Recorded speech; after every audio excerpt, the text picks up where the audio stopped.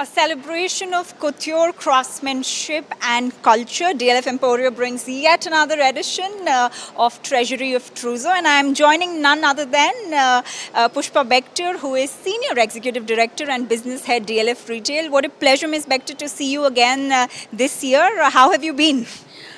Very well, thank you, Karishma. And yes, it is the second edition, and it's the better one, I think. And we are very excited about TOT, as we call it this year. TOT, as you call it this year, but tell me what stands out in 2025. How has the showcase been like? First, I'd like to say that the bride and the groom, they have become far more lighter in what they want to wear, and I think everyone wants to have fun at the weddings. So it's not about just they're experimenting with colors a lot, which is great. It's not just traditional, but they're also looking at different variants.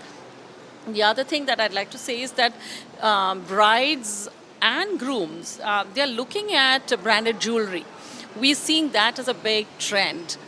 People are preferring the Cartier, the Bulgari, and Tiffany to slip in, and now add to that Masika. So what's really happening is that, it's clearly a statement and a slightly more subtle statement. Right. And would you agree that we've come to this point where we could also kind of note luxury synonymous with comfort? Because if we're talking about weddings going lighter, not just on color, but also on other aspects, it's also about comfort now, luxury comfort. Totally, I think so. I think, couture is evolving. And so, which is why you're seeing that there are every stage running up to the wedding. It's not just about the bridal wear, it's also the run up, and people are preferring, and the families are preferring to really look at the look. And so that the photos are fantastic, they're highly Instagrammable. And so it's really the look that they're going for as a whole, with friends. There's a lot of thought put into it, with the theme.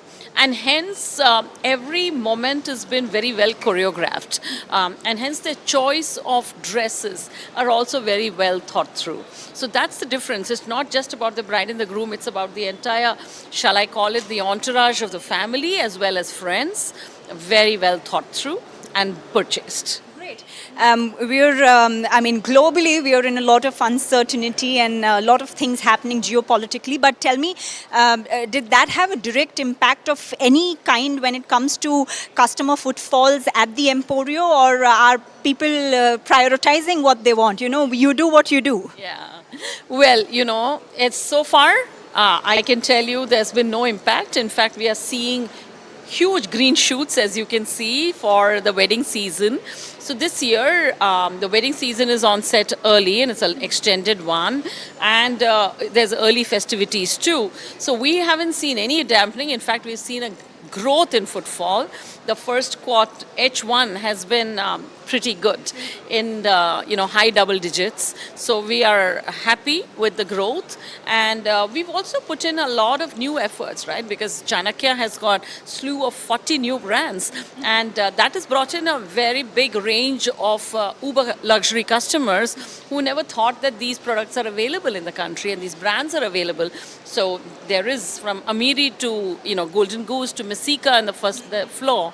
And we also have now the Rolex flagship, and we have the Brunello, and very soon you'll hear a few more brands that are opening. So I think it's a great time for luxury, because people are improving the quality of life, and they're very discerning about the quality of what they purchase, they wear, they own in their homes. So there is that discerning element that has come in, and it's not just about status, it's also about internalizing that I deserve better quality. Yeah, and it's really that evolution that you're seeing. Right. That's self-confidence, self-faith, and it Yes. kind of does push it further. Yes, absolutely. So, smaller, of course, there are larger impacts of tariff, etc., but it's not really percolating at the consumer level, because the sentiment is bullish. The sentiment is India as a country is strong, and domestically we are showing that we mean business. We are, clearly exhibiting that the growth is here to stay. So I would say that, overall, the sentiment is optimistic. Albeit we always like to add cautiously optimistic, but it's optimistic. Cautiously optimistic. Just to get insights on the fact you said H1 has been good and you do expect clearly H2 to be better than H1 because it's the festive season, it's the wedding season, and especially in Delhi that quite goes on for long. Also, do you expect it to be better than 2024 and what percentage? Karishma, we can't give forward-looking statements except to say that it will certainly be in higher double digits this year. The H2 we think is going to be very good. As I said, it's early festivities as well as the fact that the wedding season is extended this time, and so we think that there's going to be a lot more interest in the buyer. We are also seeing many people coming in from different other parts of North India to both Emporio and Chanakya and exhibiting a lot of interest. Wealth in this country is being distributed. It's not just in North India, of course, we see luxury spends to be very high. But I also see that the wealth is kind of getting distributed. So people like to come in here, drive down for a couple of days, and we are encouraging that between the two malls. So yes. That's wonderful. Out of curiosity, what is the age profile of today's luxury buyer? Because I know for a fact, and I'm a millennial, and while I have had my shares, ups and downs of understanding and living that passionate part of luxury, I've seen that Gen Z is way more enthusiastic about this. Absolutely, you're spot on that. I think it's the confidence, right? There are so many Gen Zers who are millennials who have set up unicorns. It's, look at what we are seeing around us. So it's that confidence, the sense of innovation, the sense of arrival that you're seeing in Gen Zs and millennials. So if they are earning a good pay, they don't mind indulging. And for them, I think it's very important for them to portray the right personal brand. And they take their personal brand very seriously, not just from an Instagram point of view, on a regular point of view, So they like to appear well kept, well groomed, and knowledgeable. So that's why you see Gen Zers are. The average shopper is definitely getting younger in Emporio and Chanakya, and we love that. Chanakya has got a higher demographic profile because, the product Chanel or Hermes or Rolex does command that. But at the first level, we also have the Masikas and the Amiris and, Diptyque. So there are these destinational fun brands which pull in Gen Z's equal measure. Well, interestingly, I was reading an article just a few days back in the Wall Street Journal, which talks about how tough negotiators Gen Zs are when it comes to jobs or when it comes to their decisions in buying. And definitely they do have the road ahead, like you mentioned. But Pushpa, I'm curious. Emporio houses so many brands, global brands, Indian brands. How do you see the Indian brands emerging in comparison to the global ones on ground? That's such a lovely question. See, the beauty about Emporio is it's got the best of India and the best of international. It's morphed into one because we have international, of course, all the best luxury brands in the ground floor and the first floor. But the second and third is completely dedicated to our couture and our Pret line. And the footfall is, really good. And we've seen in a basket of purchase, Indians, if you look at wallet size and split, it's equal to Indian wear and Western wear, Indian brands and Western brands.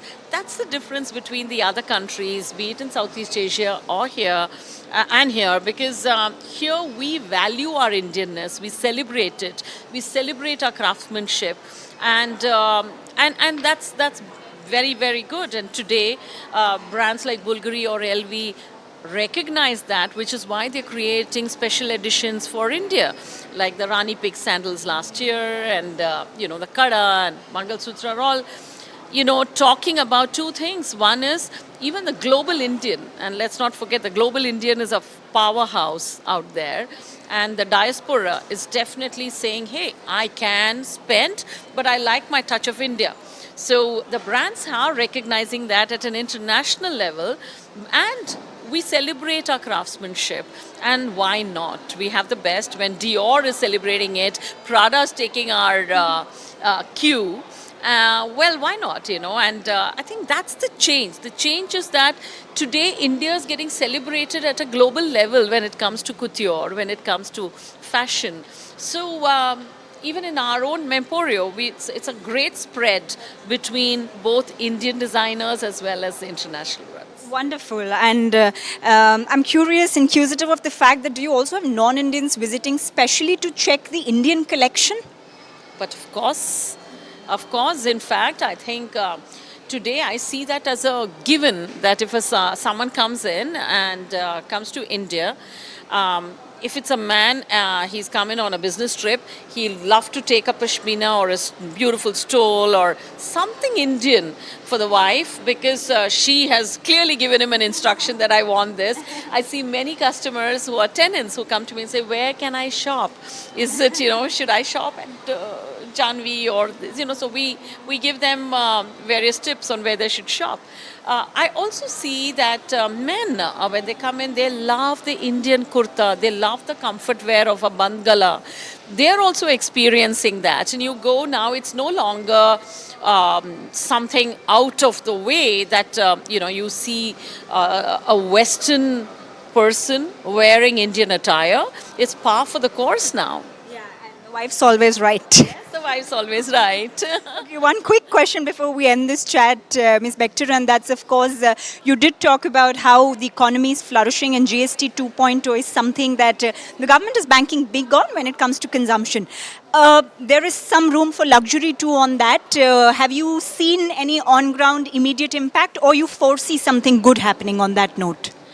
See, I think the government's been highly balanced about how they have gone about it.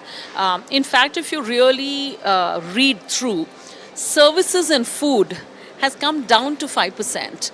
And in any organized retail space, you're going to have 40% will be comprising of services, food.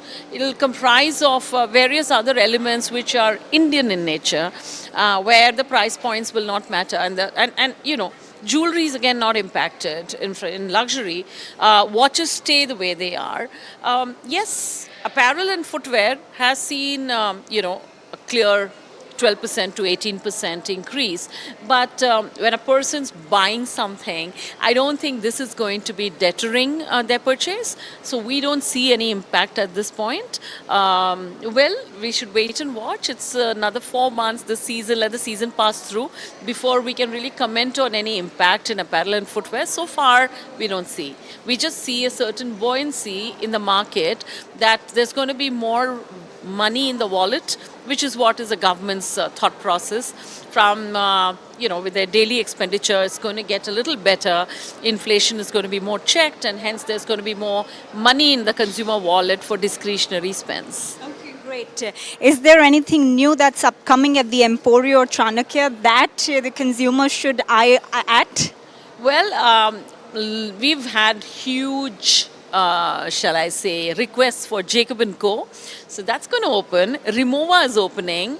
So these are two very good openings. And then Tom Ford's going to be opening both a men and women large flagship store. That's going to happen all in this year. Gucci just expanded and it's doing very well. So yes, a lot that has happened already. And in the Indian zone, we've got Vinci. It's a very cool restaurant that's opened there. You must try the Italian food. Very, very good. And we have multitude of Preds brands that have opened. And I would like to say that we had Abujani and Sandeep Khosla who are going to be unveiling their high jewelry here. They have their couture already, and the high jewelry is also opening soon. So yes, a lot to look forward to. Thank you very much, Ms. Bector, for speaking with us, and we hope to get back to you after H2 to know the numbers. You're welcome, and I hope I have the smile again. Thank you very much. Thank you.